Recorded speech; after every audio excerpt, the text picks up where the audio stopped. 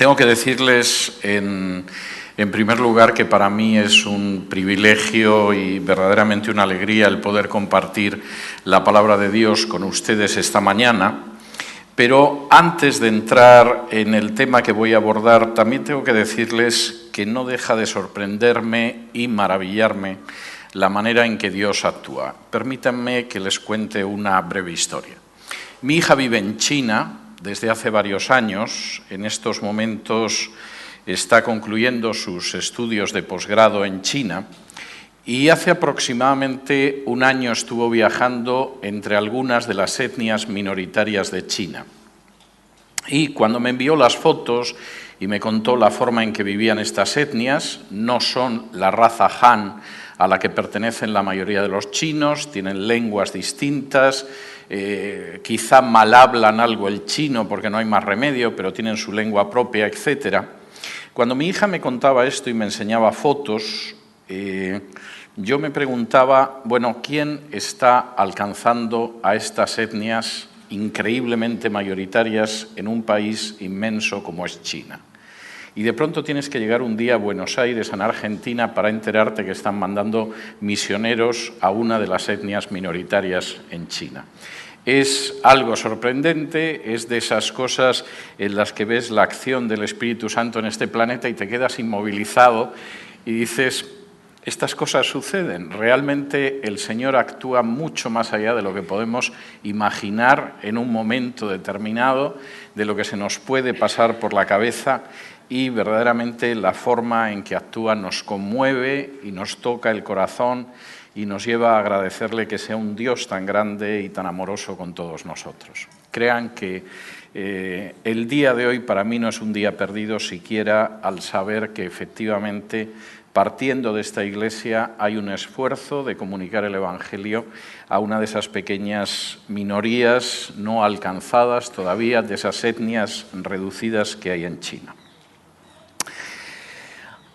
Yo les voy a hablar hoy del pecado de Sodoma y les voy a hablar de la maldad del pecado de Sodoma, aclarándoles desde el principio que generalmente lo que la mayoría de la gente conoce sobre el pecado de Sodoma es simplemente el final de la historia. Si uno preguntara qué sucedió en Sodoma, generalmente la gente recuerda que Dios envió a unos ángeles, la gente malvada de Sodoma intentó violar a los ángeles, aquella gente sacó a Lot y a su familia de Sodoma y finalmente Dios ejecutó el juicio sobre esa ciudad y sobre la ciudad de Gomorra. Eso es como si ustedes fueran al cine y vieran exclusivamente los 10 minutos finales de una película de 2 horas y, por supuesto, los créditos que aparecen en la conclusión. El pecado, la maldad de Sodoma en la Biblia no es solo el final de la película. Es la descripción de cómo una sociedad va apartándose de manera progresiva, descendiendo cada vez más en la distancia que marca con Dios. Y, por supuesto, al final, en los últimos minutos de la película, si efectivamente ha ido siguiendo en esa dirección, lo que acaba produciéndose es el juicio de Dios.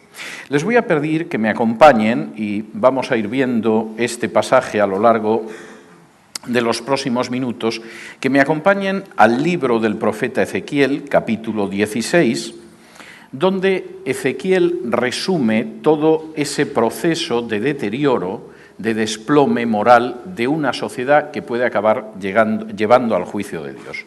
Dice así en Ezequiel, capítulo 16, y versículos 49 y 50. Les aclaro que Ezequiel vivía en el exilio, sabía que si el pueblo de Judá, del que él había sido arrancado, no se arrepentía, las consecuencias iban a ser fatales.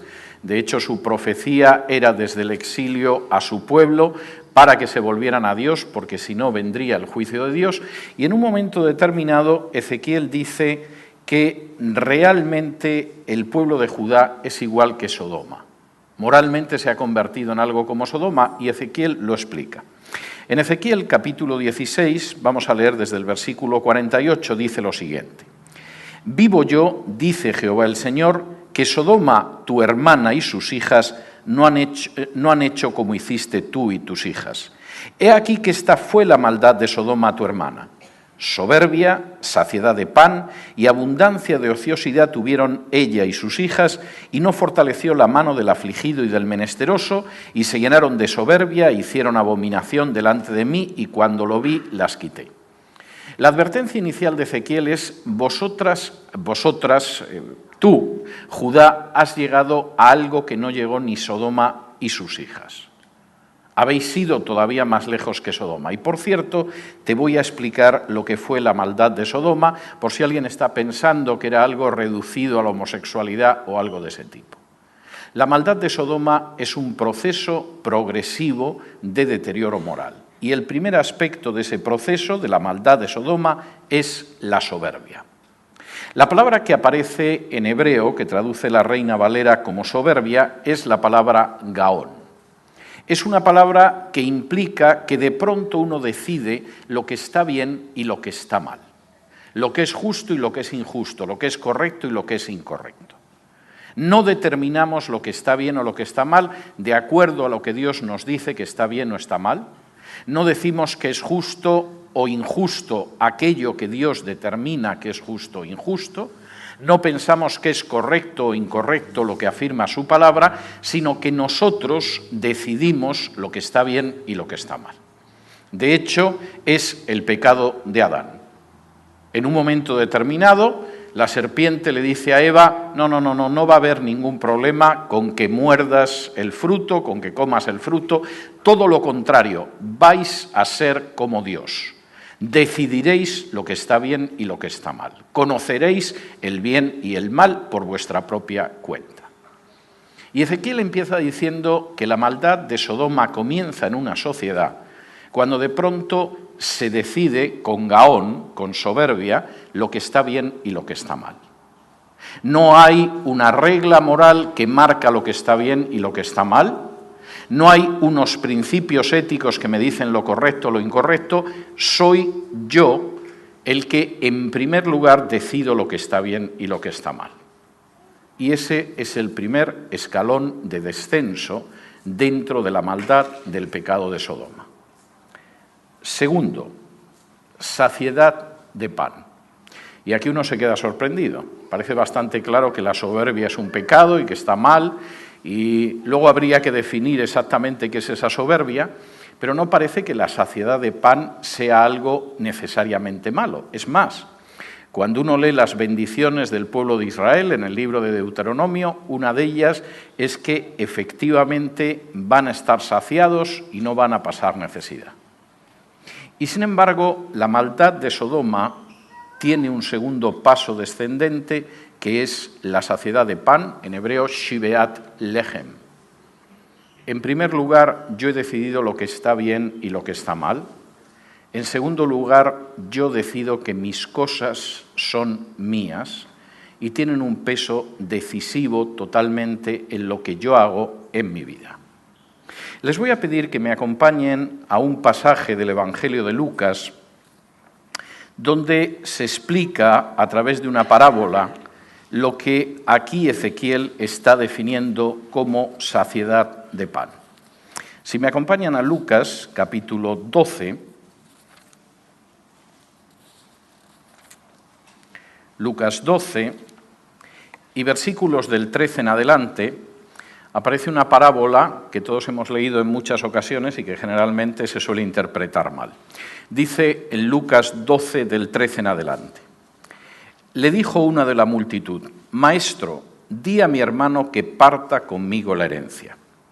Mas él le dijo: Hombre, ¿quién me ha puesto sobre vosotros como juez o partidor? Y les dijo: Mirad y guardaos de toda avaricia, porque la vida del hombre no consiste en la abundancia de los bienes que posee. También le refirió una parábola diciendo: La heredad de un hombre rico había producido mucho, y él pensaba dentro de sí diciendo: ¿Qué haré? Porque no tengo dónde guardar mis frutos. Y dijo: Esto haré: derribaré mis graneros y los edificaré mayores, y allí guardaré todos mis frutos y mis bienes. Y diré a mi alma: Alma, muchos bienes tienes guardados para muchos años. Repósate, come, bebe, regocíjate. Pero Dios le dijo: Necio, esta noche vienen a pedirte tu alma y lo que has provisto, ¿de quién será? Así es el que hace para sí tesoro y no es rico para con Dios. Tradicionalmente, esta parábola se interpreta más o menos de la siguiente manera. Un hombre tuvo una cosecha extraordinaria un año, tenía tantos bienes que había que derribar los graneros y hacerlos mayores porque no cabía todo lo que había cosechado. Estaba contentísimo pensando lo feliz que iba a ser en los próximos años, sin ningún tipo de preocupación material, y mira tú por dónde, esa noche se muere y no puede disfrutar nada. Bien, quisiera aclarar que no es lo que dice la parábola, es mucho peor que eso lo que dice la parábola. La parábola efectivamente habla de un hombre que de pronto se encontró con una cosecha excepcional. No dice que se dedicara a explotar a la gente, ni tampoco que engañaba al Estado o que se dedicaba a tener unas ganancias malavidas. No, simplemente fue una persona que en un momento determinado se encontró con que ese año la producción había sido extraordinaria. Y era tan extraordinaria que seguramente por primera vez en su vida no tenía dónde meter todo lo que habían producido sus bienes. Y entonces, de pronto, su vida giró en torno a la abundancia de pan. Es maravilloso todo lo que tengo, es impresionante lo que he conseguido acumular. Bueno, tengo tanto que voy a tener que construir nuevos graneros para guardarlo, de modo que mi alma se puede sentir muy feliz porque tiene bienes para muchos años y puede reposar y comer y beber y regocijarse. Y entonces Dios le dice, eres un estúpido. Esta noche vienen a pedirte tu alma. ¿Quién? No los ángeles para llevarlo al infierno o algo así. Las cosas piden tu alma. Y cuando uno lee el texto en griego es terrible porque efectivamente la idea es, pero tú eres un estúpido. Tú te crees que tienes las cosas y que vas a ser feliz gracias a la abundancia de cosas. Las cosas te tienen a ti. Has perdido tu alma desde este momento. Y eso es todavía más terrible. En la sociedad con abundancia de pan, y comparado con cualquier periodo de la historia vivimos en sociedades con abundancia de pan, por regla general, llega un momento en que las cosas tienen a las personas. De pronto alguien decide que si consigue tener la casa o la vivienda que le gusta va a ser inmensamente feliz. Y no sabe que ha vendido 35 años de su vida al banco para pagar una hipoteca. La casa lo tiene a él y, por supuesto, también el banco o el prestamista. Y de pronto eres jovencito y piensas que si consigues comprarte determinada moto, bueno, eres el príncipe de Bel-Air, prácticamente, si lo consigues. Y no sabes hasta qué punto la moto te posee a ti. Como dice un refrán español, el dinero es un buen siervo y es muy mal amo. Y el problema es que cuando la sociedad es una sociedad con abundancia de pan, en la que llega a la conclusión de que lo importante es la abundancia de lo material y que eso es nuestro, al final son las cosas las que poseen a la persona. Tú seguramente te consideras muy feliz, muy satisfecho y con el futuro asegurado. Mira, eres tonto. Las cosas acaban de reclamar tu alma y tú se las has entregado. Y cuando una sociedad empieza decidiendo que ella sabe lo que está bien y lo que está mal, independientemente de cuál sea la voluntad de Dios, el siguiente paso es que piensa que controla las cosas que son solo suyas y que puede ser feliz sobre la base de lo material y no se da cuenta de que lo material se ha apoderado de su alma.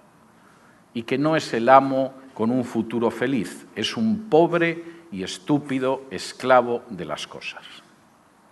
¿Y qué sucede cuando una sociedad entra en esa situación? Bueno, como uno ya decide lo que está bien y lo que está mal, y decide que lo importante en esta vida es lo material, y lo material da felicidad, de la soberbia y de la saciedad de pan se pasa a la abundancia de ociosidad. La expresión abundancia de ociosidad, shalevat hashekot, en hebreo, pasa por el hecho de que de pronto, después de que las decisiones morales son nuestras y las posesiones materiales son nuestras, también nuestro tiempo es nuestro y, por supuesto, no queremos que nadie nos diga cómo administramos el tiempo. Es más, soñamos con un tiempo donde haya tiempo libre y ocioso en la mayor proporción posible. y sin embargo nunca tenemos tiempo para nada. Cuando yo era niño, y no había planchas eléctricas, no digo ya planchas de vapor, y yo tenía que ver cómo mi madre y mi abuela tenían unos pedazos de metal negro que calentaban en el fogón y con eso planchaban unos tejidos imposibles que no había manera de planchar. No es como las camisas de ahora, que las cuelgas y ya parece que se planchan solo. Por supuesto, no hubo una lavadora o algo que se pareciera a una lavadora hasta que yo llegué a la adolescencia. Y no les hablo de otros inventos más sofisticados que ahora tenemos en casa. Y sin embargo ahora tenemos menos tiempo que nunca. Muchísimas personas tienen un automóvil, pero les falta tiempo. Las amas de casa tienen multitud de aparatos dentro de la casa, pero a todo el mundo le falta tiempo, a pesar de que las tareas domésticas se supone que son más sencillas, y todo el mundo se queja de la falta de tiempo. El problema es que en última instancia administramos el tiempo de una manera muy distinta, y es una manera en la que en realidad desearíamos la abundancia de ociosidad y no es posible. De manera que cuando el tiempo no nos da de sí, nos incrustamos en el sofá de la casa, en un sillón de la casa y nos dedicamos a dilapidar nuestro tiempo frente a una caja tonta que algunos llaman televisor. Lo terrible de la sociedad que empieza a descender en la maldad de Sodoma es que cree que controla aquello que en realidad se le va de las manos. Piensa que controla el bien y el mal, pero está perdiendo el concepto de lo que es bueno y lo que es malo. Piensa que controla los bienes materiales y solamente se convierte en un rebaño que es esclavo de los bienes materiales. Y cree que tiene el ocio y el control del tiempo y continuamente va angustiada porque no tiene tiempo para nada. ¿Y qué sucede cuando de pronto la gente en esa sociedad se siente frustrada porque efectivamente cree que controla el bien y el mal, pero el mal es evidente y no lo controla? Porque que controla los bienes materiales, pero los bienes materiales lo esclavizan, y cree que además posee y controla el tiempo y no tiene tiempo para nada. Pues en ese momento llegamos al cuarto escalón, versículo 49. He aquí que esta fue la maldad de Sodoma tu hermana. Soberbia, saciedad de pan y abundancia de ociosidad tuvieron ella y sus hijas, y no fortaleció la mano del afligido y del menesteroso. El dolor y el sufrimiento le molesta. Y le molesta porque el dolor y el sufrimiento significa que no puede decidir lo que está bien y lo que está mal, que no puede hacer con sus bienes materiales lo que quiere y que además le molestan en el tiempo. Y la manera en que el dolor y el sufrimiento le molesta es algo verdaderamente terrible. Tenemos sociedades avanzadas donde nunca se ha maltratado de manera semejante a los ancianos. Yo recuerdo que era muy natural, cuando yo todavía era niño, que los ancianos fueran cuidados en las casas. Eran respetados y eran queridos, desde los nietos a los hijos, etcétera, etcétera. Era lo normal. Nuestras sociedades occidentales, y tengo que hablar sobre todo por mi país o por Europa occidental, son sociedades en las que los ancianos parecen los pieles rojas de las películas del oeste y todo el mundo está deseando meterlos en reservas donde no molesten. Han desaparecido, nos molestan. En algunos países de Europa incluso hemos decidido que además les vamos a facilitar la salida de este mundo y aprobamos leyes de eutanasia. De manera que la ley de eutanasia, que supuestamente es que para la persona que está muy enferma muera tranquilamente y no tenga unos dolores absolutamente desproporcionados, se convierte en una manera de liquidar a un sector de la población que nos molesta, que son los ancianos. El primer país que aprobó una ley de eutanasia en Europa, que es Holanda, cuando llega el periodo de vacaciones, ofrece el terrible espectáculo de cómo los ancianos se suben como pueden a un automóvil y salen del país, porque no quieren correr el riesgo de que sus hijos o sus familiares cercanos los dejen en un hospital donde una enfermera puede decidir matarlos, porque estorban. Cuando yo todavía vivía en España, donde la eutanasia no es legal, aunque ha habido intentos últimamente, en un momento determinado se descubrió un hospital importante en las cercanías de Madrid, de la capital, donde el equipo médico asesinaba a los ancianos de acuerdo a un sistema de puntos. No es que fuera gente que estaba para morirse o que tenía dolores terribles, no. El doctor y sus colaboradores, cuando llegaba un anciano para la revisión mensual, iba sumando puntos. Si tenía más de 70 años, tenía tantos puntos. Si tenía una enfermedad crónica, perfectamente tratable, como la diabetes, tenía tantos puntos.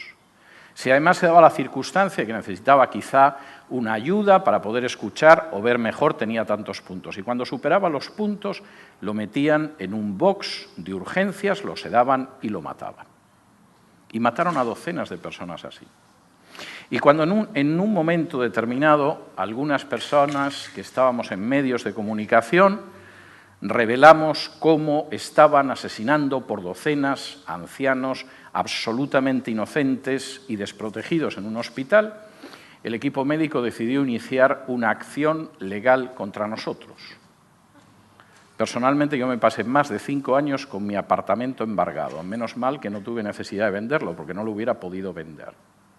Pasé 2 procesos, gané los 2 procesos, pero nos hicieron la vida muy difícil durante 5 años. En otros países, por supuesto, esto además es legal. Y eliminas a quien molesta. La mano del necesitado, la mano del afligido, del menesteroso, del que sufre, no va a sentir una mano amiga y compasiva que se aferra a la suya. Puede que lo que sienta es cómo lo sedan y cómo lo sacan de este mundo. Y esto sucede también con niños que van a nacer en situaciones especiales. Más del 90% de los niños con síndrome de Down en mi país de origen son abortados. Punto, final, se acabó. Y, por supuesto, si presentan algún tipo de alteración física o algún tipo de malformación, son abortados de manera mayoritaria. En algunos países europeos ya han desaparecido los niños con síndrome de Down. El 100% es abortado, como por ejemplo en Islandia. Y la sociedad decide que no va a fortalecer la mano del afligido y del menesteroso. Molesta. Me obliga a tener que decidir lo que está bien y está mal, no de acuerdo a mi gusto, sino a principios morales. Significa un gasto de dinero y, sobre todo, me quita minutos de mi precioso tiempo. De modo que vamos a colocarlos en un sitio donde no molesten y, si aún así molestan, vamos simplemente a sacarlos de aquí. Ahora, es difícil encontrar un tipo de conducta que sea más distinta de la conducta de Jesús. En el Nuevo Testamento, en la versión Reina Valera, aparece una palabra, ocasionalmente, que es la palabra compasión. Quisiera decir que la palabra compasión es una muy pálida traducción del término griego original, que es el término esplagnisomai. Esplagnisomai es un verbo en griego que indica que a uno se le mueven las entrañas.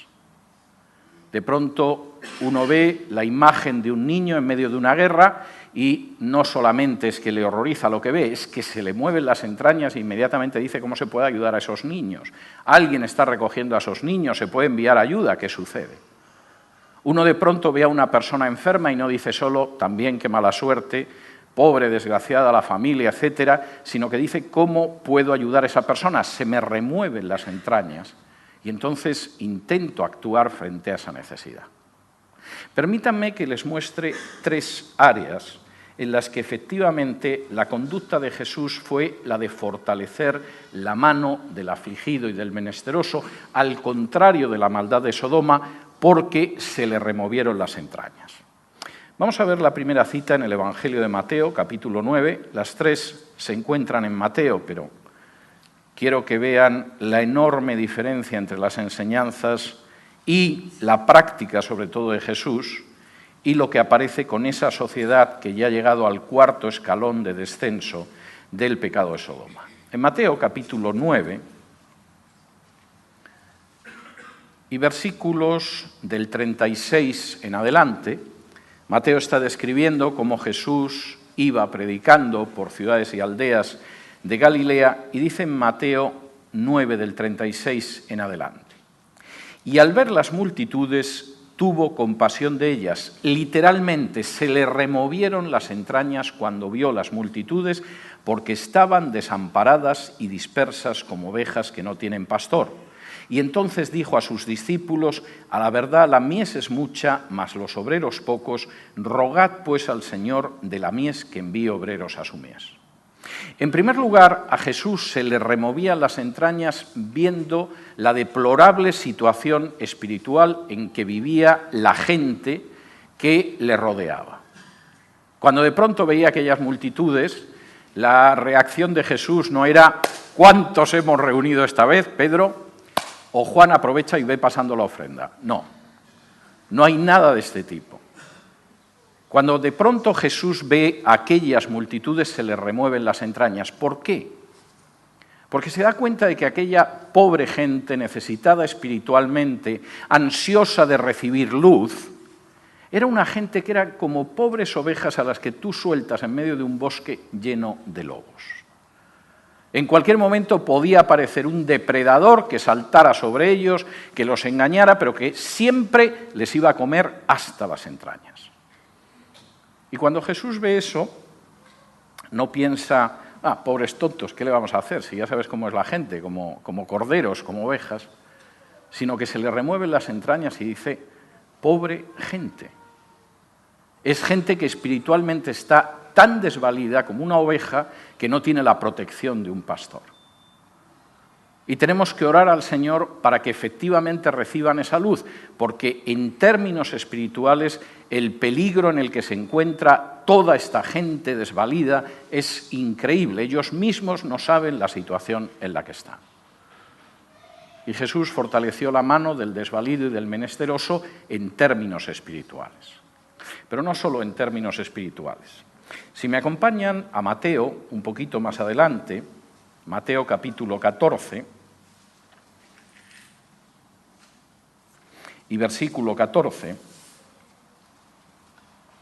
de nuevo vuelve a aparecer la referencia a ese esplagnísomai, ese movimiento de las entrañas. Dice así en Mateo capítulo 14 y versículos del 13 en adelante.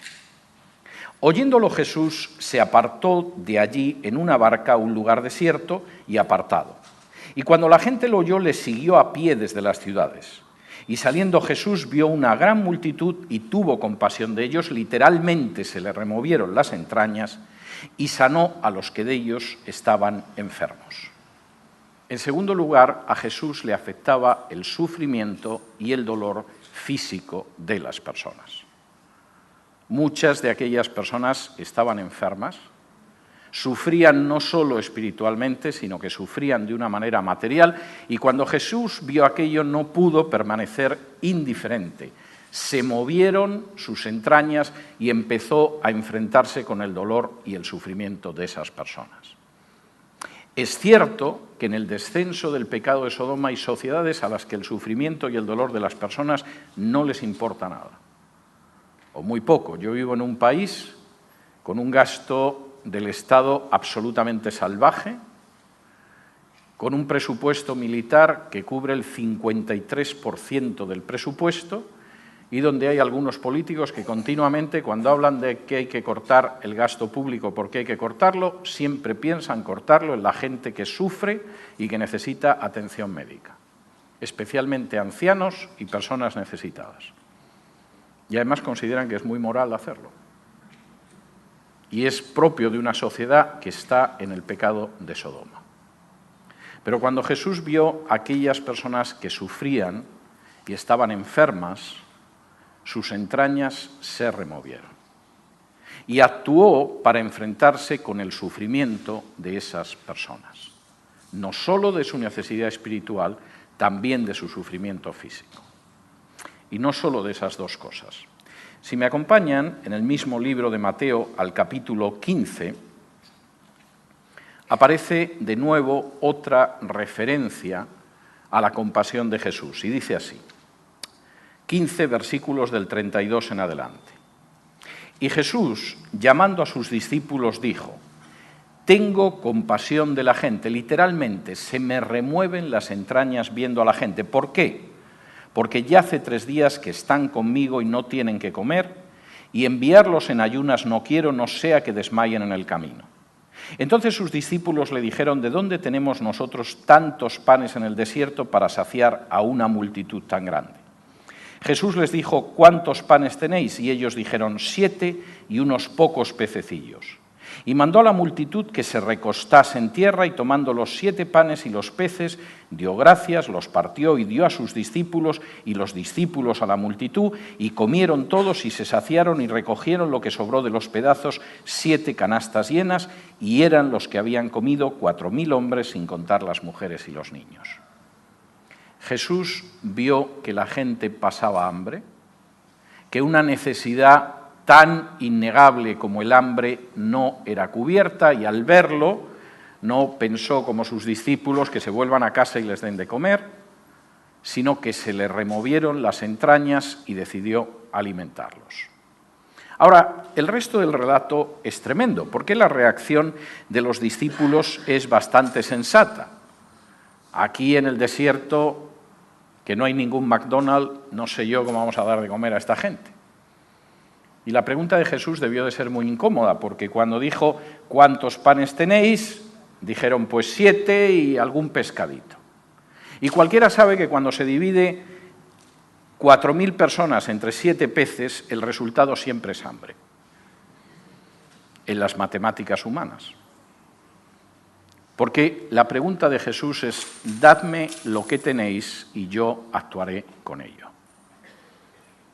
Y cuando uno pone a los pies de Jesús lo que tiene, aunque en términos de matemáticas humanas sea poco o incluso insignificante, 4000 personas divididas junto con las mujeres y los niños entre 7 pescaditos, da incluso un resto de varias canastas llenas de sobras.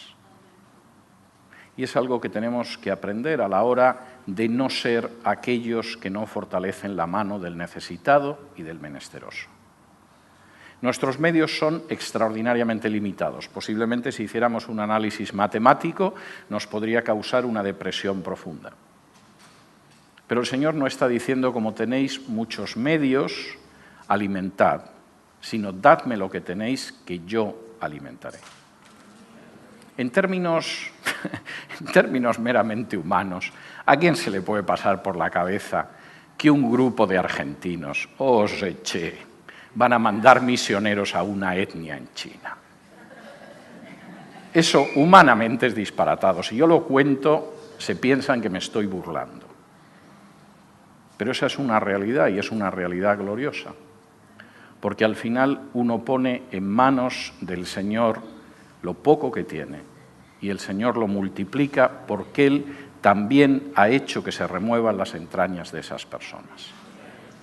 El gran problema de la sociedad que va descendiendo en la maldad de Sodoma es que llega un momento en que, como ha decidido lo que es lo bueno y lo malo, y cree que la abundancia de bienes les hará felices, y piensa que cualquiera que entra en su ocio y en su tiempo libre molesta, no fortalece la mano del afligido y del menesteroso. Y de esa manera se aparta de forma deplorable y miserable de las enseñanzas y de la práctica de Jesús. ¿Y qué sucede a continuación?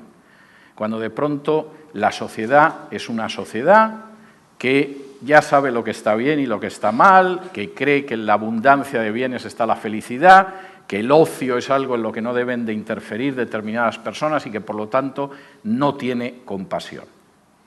Pues el siguiente paso, Ezequiel capítulo 16 y versículo 50, es verdaderamente notable, porque lo que viene a continuación es que se llenaron de soberbia. El término hebreo es el término tikebejiná, no es el gaón, la soberbia del inicio, sino que es algo muy especial. Es el momento en el que no solamente yo decido qué está bien y qué está mal, sino en el que además lo que yo he decidido se convierte en la ley que nadie va a discutir en esta sociedad. Quizá una generación antes, unos años antes, unas décadas antes, yo podía decir que lo malo estaba bien y tenía que soportar a los que decían que el bien está bien y el mal está mal. Pero llega un momento en que la sociedad ya ha perdido incluso la compasión por los afligidos y los menesterosos, por los no nacidos, por los ancianos, y cuando ha llegado a ese punto, además decide convertir en canónico y en dogma el hecho de aquello que quiere hacer. Lo que quiere hacer no solamente es que es lo bueno, es que hay del que diga lo contrario de lo que nosotros decimos que es bueno. Y hemos llegado a un punto que Pablo comenta en la segunda carta a Timoteo. Si me acompañan a la segunda carta a Timoteo, y quisiera señalar que la segunda carta a Timoteo es un escrito muy especial, porque es la última carta de Pablo. Las cartas de Pablo aparecen colocadas en el Nuevo Testamento de la más larga a la más breve, por eso la primera que aparece es Romanos y la última es Filemón, pero en realidad, si fuéramos por el orden en el que se escribieron, tendríamos que empezar por Gálatas y acabar por la segunda de Timoteo. La segunda carta de Timoteo es el testamento vital de Pablo. Pablo sabe que le quedan unos días, quizá unas horas para ser ejecutado, y escribe a Timoteo cosas enormemente prácticas, muy poco teológicas en un sentido estricto, porque efectivamente él sabe que le queda poco tiempo y está intentando decirle lo último que le tiene que decir. Y en el capítulo 4 de esa segunda carta a Timoteo, fíjense lo que dice desde el versículo 1. Te encarezco delante de Dios y del Señor Jesucristo, que juzgará a los vivos y a los muertos en su manifestación y en su reino, que prediques la palabra, que trates a tiempo y fuera de tiempo, redarguye, reprende, exhorta con toda paciencia y doctrina, porque vendrá tiempo cuando no sufrirán la sana doctrina, sino que teniendo comezón de oír, se amontonarán maestros conforme a sus propias concupiscencias y apartarán de la verdad el oído y se volverán a las fábulas. Mira, Timoteo, lo crea o no lo crea la gente, Dios va a juzgar a los vivos y a los muertos en su manifestación y en su reino. Esa es una verdad indiscutible. Y como Dios va a juzgar a los vivos y a los muertos, predica la palabra a todas horas. Porque no sabes si vas a tener una segunda oportunidad. Y desde luego lo que es obvio es que Dios juzgará a todos. Y además, en la historia de la humanidad, llegan momentos en que la gente ya no puede escuchar la sana doctrina. Les saca de quicio. Porque ha llegado un momento esa sociedad en la cual es verdad que les gusta oír cosas. Pones la televisión y lo mismo te están contando los adulterios de una actriz que un señor que supuestamente ha visto el avistamiento de un ovni. Ya, la gente está dispuesta a escuchar cualquier tipo de cosas. Pero sobre todo se buscan maestros que les dicen lo que ellos quieren escuchar. Y lo que quieren escuchar no porque sea entretenido, porque quieran aprender, porque desean mejorar como seres humanos, sino porque son sus concupiscencias. Necesitan que esos maestros justifiquen lo que ellos llevan haciendo desde hace tiempo. Y por lo tanto no tienen la menor intención de escuchar la verdad y están dispuestos a creerse cualquier cuento y cualquier fábula siempre que confirme sus propios prejuicios. Cuando la sociedad ha llegado a eso, ha llegado a lo que Ezequiel llama se llenaron de soberbia. Ya no es la soberbia inicial la que yo decido lo que está bien y lo que está mal. No, es un momento en que aquí nadie enseña otra cosa salvo lo que nosotros queremos. Y no queremos nada más que maestros que se presentan diciendo exactamente lo que nosotros queremos que digan y no vamos a escuchar nada más. Aquí no se va a discutir un punto de vista con otro.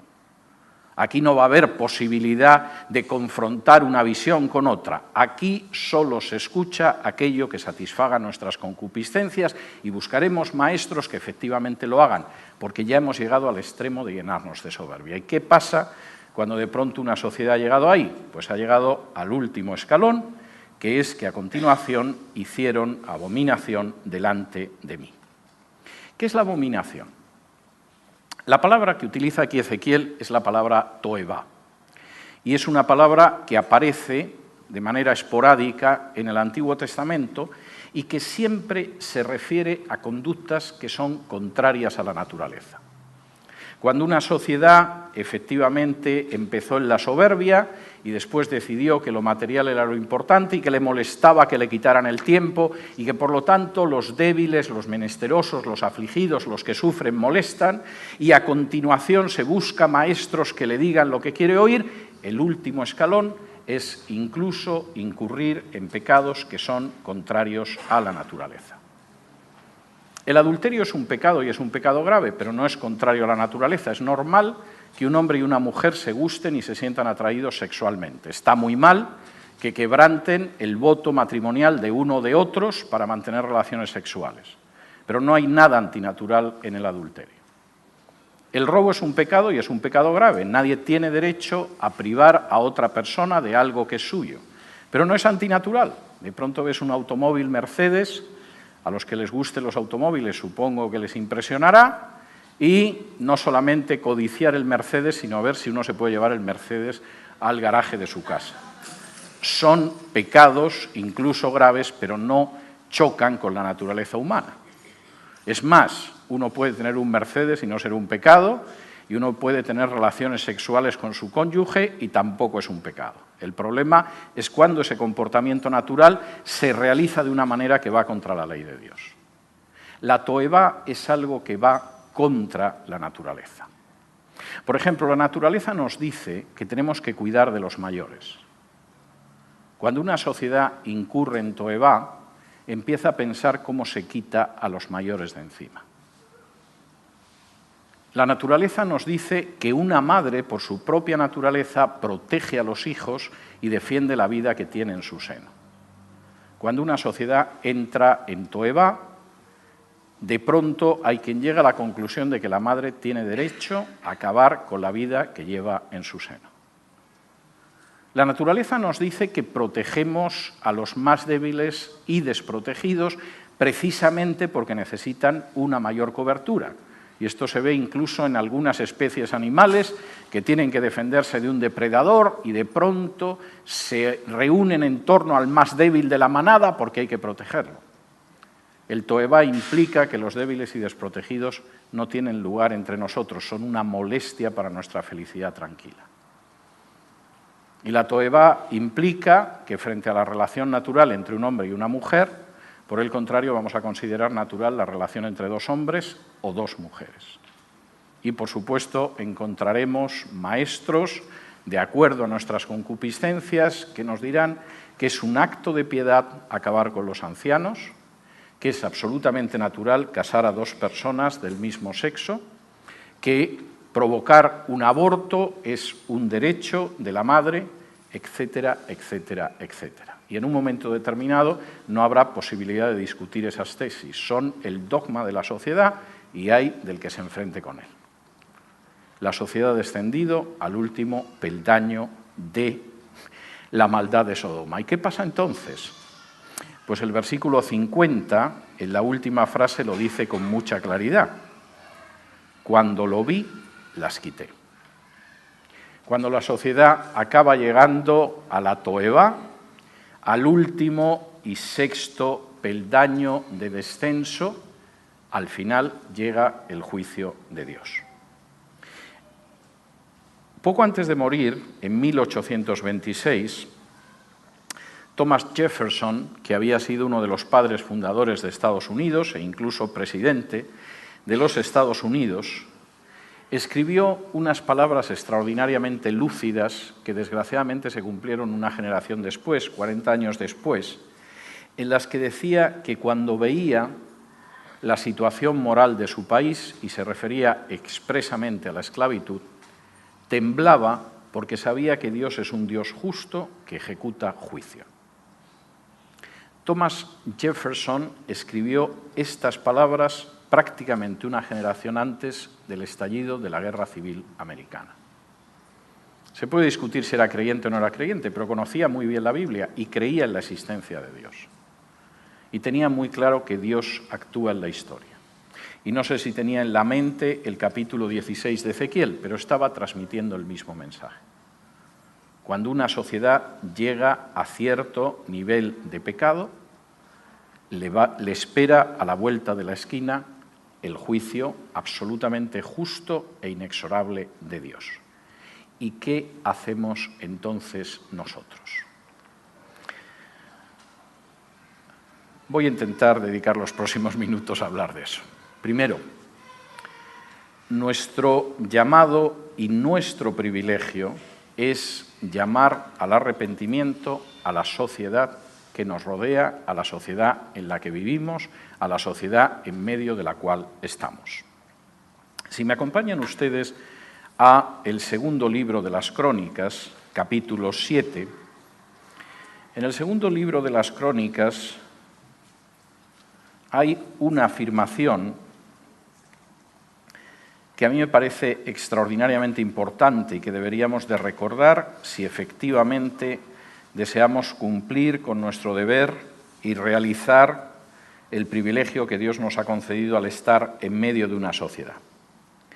El segundo libro de las Crónicas cuenta cómo Salomón ha terminado de construir el templo y en ese momento se le aparece Dios y le dice algo muy importante. Dice así en Segunda de Crónicas, capítulo 7 y versículos del 12 en adelante. Y apareció Jehová a Salomón de noche y le dijo: yo he oído tu oración y he elegido para mí este lugar por casa de sacrificio. Si yo cerrare los cielos para que no haya lluvia, y si mandare a la langosta que consuma la tierra, o si enviare pestilencia a mi pueblo, si se humillare mi pueblo sobre el cual mi nombre es invocado, y oraren, y buscaren mi rostro, y se convirtieren de sus malos caminos, entonces yo oiré desde los cielos, y perdonaré sus pecados, y sanaré su tierra. Salomón, yo comprendo que tú estés muy contento por la construcción del templo. El edificio es impresionante, no hay otro edificio semejante en el reino de Israel, es la casa del único Dios, yo lo he cubierto con mi gloria. Vamos a ver, Salomón, seamos prácticos, baja de la nube. Hay situaciones en que este pueblo se puede apartar. No seas tan necio como para creer que determinadas situaciones que pueda pasar este pueblo son situaciones que tienen una explicación que solo es natural. Si de pronto este pueblo se encuentra con el hecho de una crisis económica porque no llueve, o viene una langosta que consume la tierra, o hay una plaga, no seas tan tonto como para pensar que simplemente el viento que viene de África ha empujado a las langostas y se está comiendo la cosecha, o que no llueve, Dios sabe por qué circunstancia meteorológica. Por supuesto, habrá una explicación natural. Pero date cuenta, Salomón, de que no sucede nada detrás de lo cual no esté mi mano. Y si de pronto aquí se produce una sequía o una plaga, o el avance de una enfermedad, etcétera, si sucede eso, el mensaje que yo estoy lanzando a mi pueblo es muy claro. Mi pueblo tiene que humillarse, tiene que orar, tiene que buscar mi rostro, tiene que apartarse de sus malos caminos y entonces yo lo escucharé, perdonaré y sanaré su tierra. No es simplemente una cuestión de que pida perdón, como en lo que nos pueda suceder de manera diaria a cada uno de nosotros. Si uno peca, pide perdón al Señor, el Señor le perdona. Bien, estoy hablando de una situación nacional.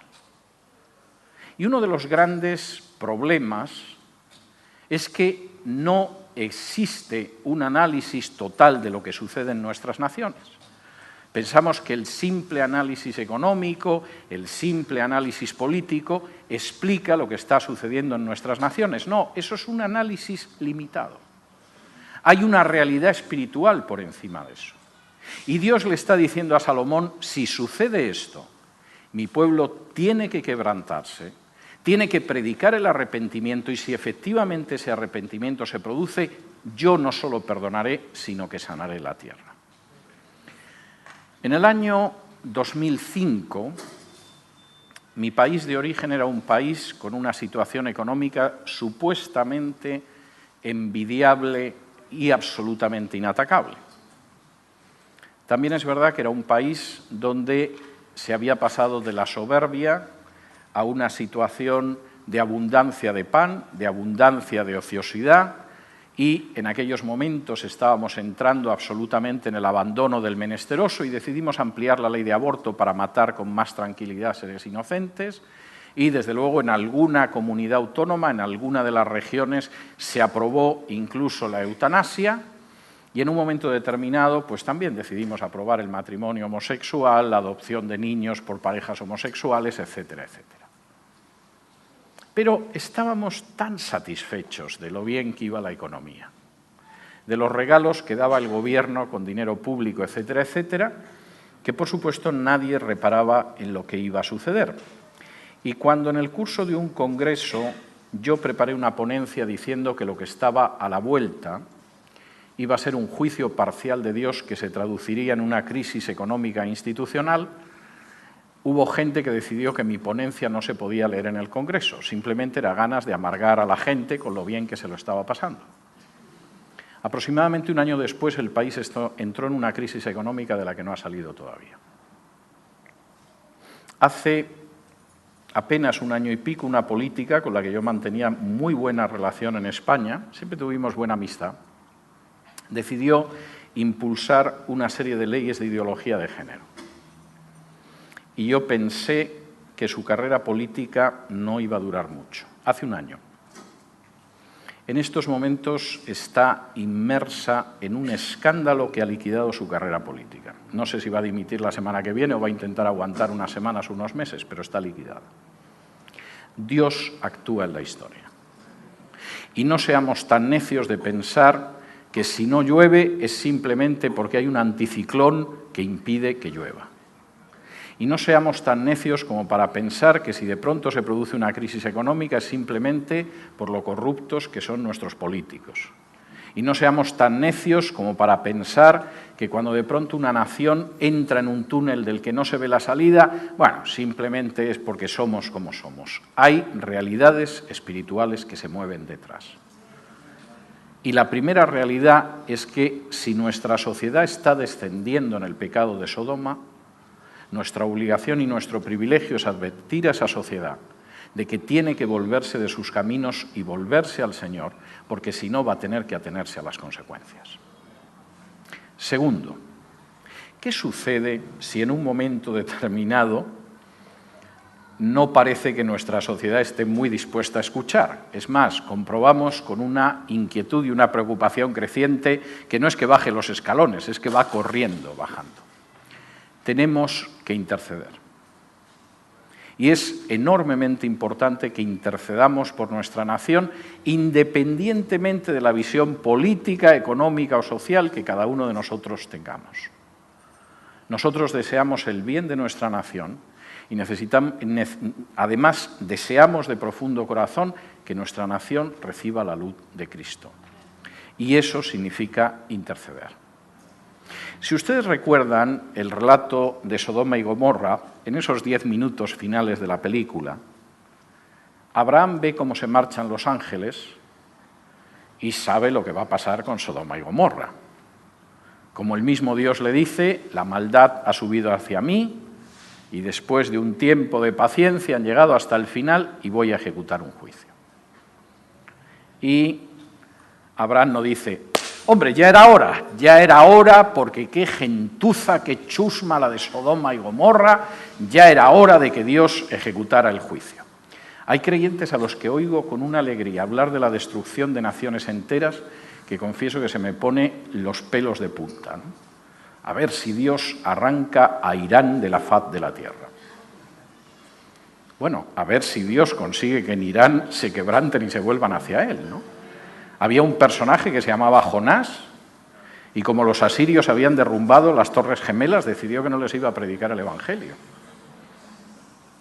Y Dios lo tuvo que traer para decirle, pero Jonás, yo no quiero que desaparezca esta gente. Quiero que les prediques arrepentimiento para que se puedan volver. Y cuando Jonás vio que se arrepentían, encima se sintió muy fastidiado y Dios hizo, como hacía mucho calor, hizo crecer una calabacera sobre él y ahí estaba tan a gusto a la sombra Jonás. Y entonces Dios hirió a la calabacera y le empezó a dar el sol. Dijo, ¿por qué se tenía que morir la calabacera, el ricino? Y Dios le dijo, ¿Te molesta que se muera un arbolucho que a fin de cuentas no piensa y no habla? Y veías con placer que yo arrasara la vida de todos los asirios. Bien, Jonás. Hay creyentes que parece que se complacen en la idea de una gran hecatombe sobre naciones enteras. No es lo que está en el corazón de Dios. Y cuando Abraham vio cómo los ángeles bajaban, inmediatamente se dirigió a Dios y le dijo, bueno, no me cuentes cómo es la gente de Sodoma y Gomorra, Señor, yo lo sé, además vive allí mi sobrino Lot, estoy informado, pero es que puede haber gente buena que vaya a sufrir ese juicio. Si hubiera 100 justos en Sodoma, ¿perdonarías a la ciudad? Y el Señor dice, sí, por 100 justos perdonaré a la ciudad. Seguramente Abraham se sintió satisfecho, pero pensó, lo mismo se me ha ido mucho la mano. ¿Y si hubiera 90? De modo que Dios le dijo, sí, por 90 también perdonaría la ciudad. Y por 80 también. Quizá 70. Sí, Abraham. 60. Bueno, ni para ti ni para mí, Señor. Si hay 50 que son justo la mitad de 100, ¿perdonarías a la ciudad de Sodoma? Y Dios le dijo, sí. Y Abraham descendió hasta 10 y Dios le dijo, mira, hasta por 10 perdonaré a Sodoma. Pero no había 10 justos en Sodoma. Estaba Lot, su esposa, que no está muy claro si lo era, las hijas que luego tuvieron una conducta bastante discutible y, por supuesto, Dios ejecutó el juicio sobre Sodoma y Gomorra. Pero nuestra misión es interceder como Abraham y no huir como Jonás diciendo a ver si es verdad y aquí hay un juicio terrible. Yo estoy convencido de que hay naciones a las que Dios no ha borrado de la faz de la tierra porque hay al menos 10 justos. Y lo digo con profundo dolor. Estoy convencido de que hay naciones que no han desaparecido de la faz de la tierra porque Dios sigue aplicando la regla que le aplicó a Sodoma en la época de Abraham. ¿Y qué sucede si nuestros contemporáneos no nos oyen y no se vuelven al Señor y el Señor no cura la tierra? Y si intercedemos y no hay 10 justos y acaba llegando un juicio como Dios ejecuta tantos juicios a lo largo de la historia y además hay un castigo. Y tenemos que ver con profundo dolor que nuestra sociedad, que ha ido descendiendo en el pecado de Sodoma y ha llegado a la abominación, finalmente Dios ha decidido, yo voy a quitar esto, porque no lo voy a tolerar. Si me acompañan ustedes al libro del profeta Habacuc, que es un libro absolutamente maravilloso, yo confieso que tengo una especial debilidad por Habacuc. Habacuc, como ustedes saben, está entre Nahum y Sofonías. Se lo digo para los que lo estén buscando en la Biblia. Deberían pensar que alguna vez pueden llegar al cielo y si llega alguien y se les presenta y les dice soy el profeta Habacuc y no han leído el libro, van a pasar mucha vergüenza. Pero, sobre todo, el libro es un libro maravilloso. Aunque sea tan corto, el libro es maravilloso. Habacuc sabe que su generación está condenada. Él ha predicado a la gente de Judá para que se convierta y no se han convertido y han descendido, como ha contado Ezequiel, en la maldad de Sodoma y viene el juicio de Dios. Y Habacuc dice, Señor, si yo lo comprendo, yo sé que no hay ni 10 justos como en Sodoma, yo sé que el juicio de Dios es justo, pero esto es terrible lo que se nos viene encima, Señor. Y Dios le dice, entre otras cosas, a Habacuc, mira, Habacuc, el justo vivirá por la fe. Y realmente, si comprendes esto, tú puedes ser alguien que después de una crisis nacional dé testimonio a tu propio pueblo. Y Habacuc acaba el libro de una manera curiosa. Si me acompañan al último capítulo del libro de Habacuc, al capítulo 3, dice a partir del versículo 17,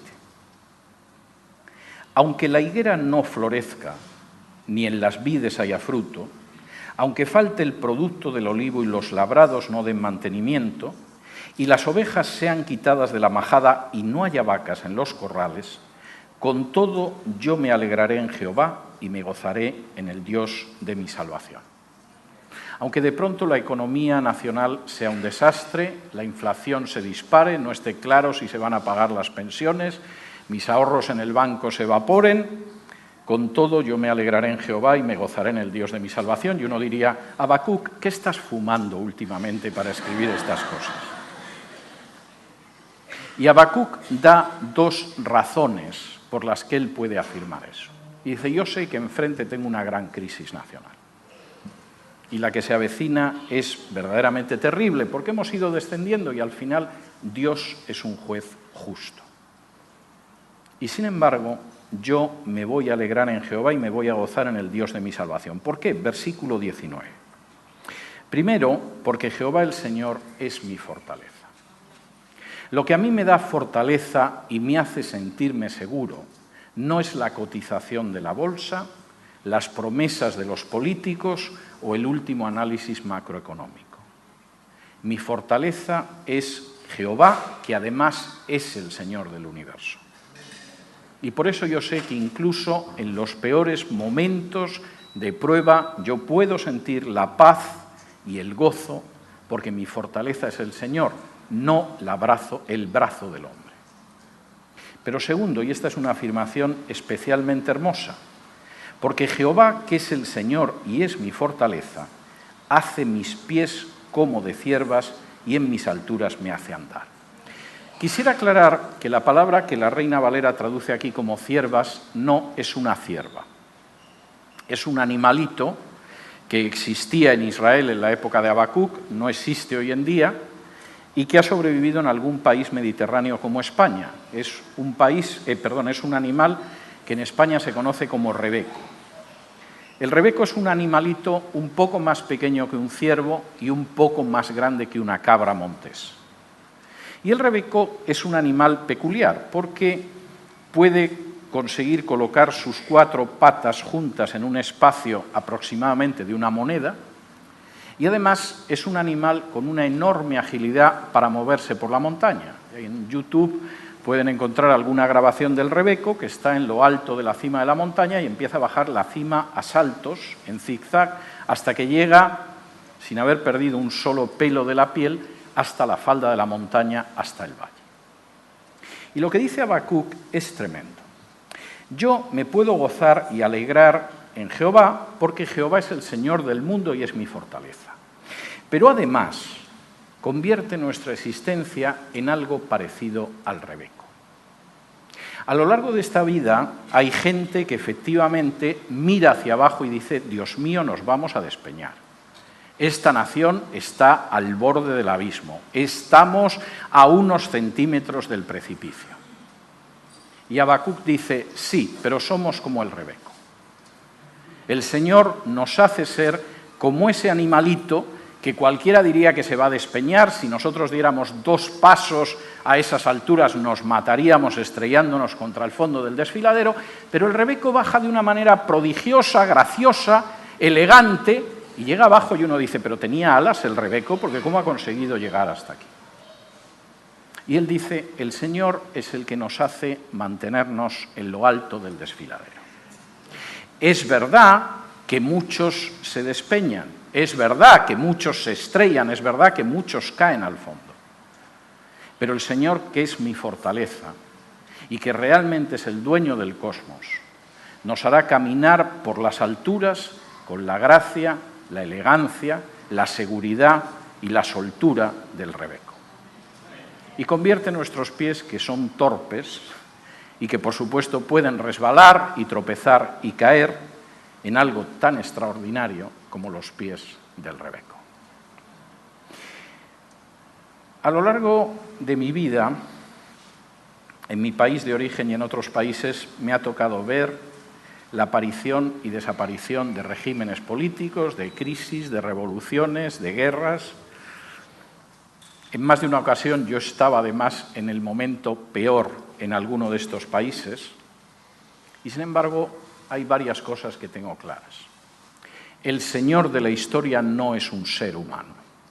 Los reyes, los gobernantes, los dictadores, los presidentes van, vienen y desaparecen, y el único que permanece es el Señor.